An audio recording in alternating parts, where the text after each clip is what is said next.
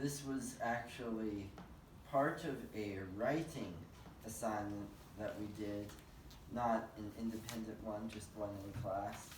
And so, hope you can enjoy it.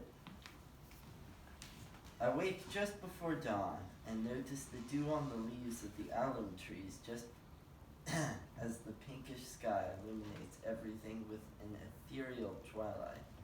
I carefully step down from my bed, my wings brushing on the wall behind me.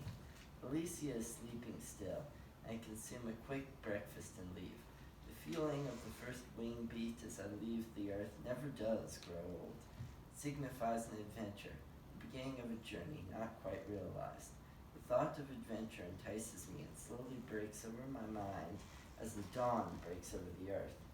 I am breathing hard, climbing into the sky, for the hot air thermals of the day have yet to begin working, and the sun has yet to touch the city. What a strange feeling to rise into sunlight and see the sun, but see everything but the highest peaks around you wreathed in darkness, to know that you get to experience dawn slightly before the rest of the land, and darkness slightly after. I lighted on the Tower of the Archmage, as we called it, a flat space only the size of a living room floor at the peak of the tower. It was high, 200 meters higher than the next highest mountain in the range, and perfectly impossible to reach by any means except flight. There was a strange magic here, something very old that seemed to ward it against damage. As far as our history showed, it had stood looking the same as it had today for thousands, perhaps millions of years. Arrived at the tower, alighting at the edge of the unnatural formation. What in Arcanon happened here? I exclaimed.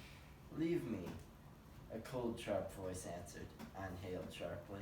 Wait, is that blood? It's black. Just turn around and come back after the moon has set. Leave, or you will die also. I recognized the face. It was the matron. Why? No idea. I jumped off and flew back to the sanctuary, carefully glancing over my shoulder to ensure I wasn't followed. I arrived about 45 minutes later, having flown as fast as I could. Good morning, Arabelle. You're here early as always. It was the matron. What? What have you done now? Said the matron. I was speechless. Not go to the Tower of the Archmage, I hope. My jaw dropped. You knew about that?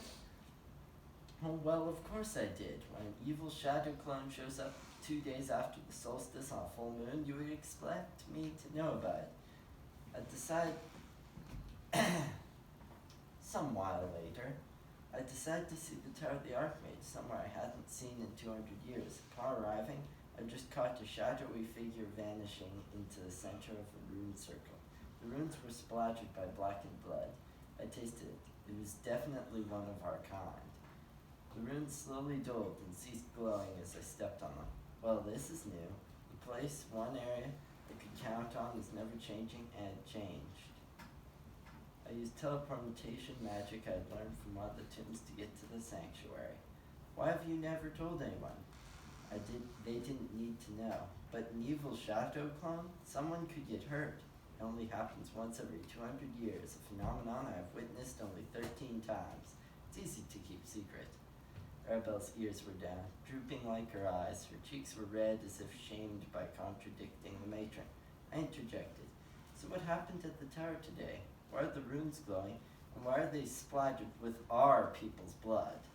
Something you not need to concern yourself with, snapped the matron. Now I was triggered. I would not let myself return from a 200-year exodus just to have my sister and I slapped down by the matron of my city. I'd gained great power, and I would not hesitate to use it. Is that Yep, that's about great. the time?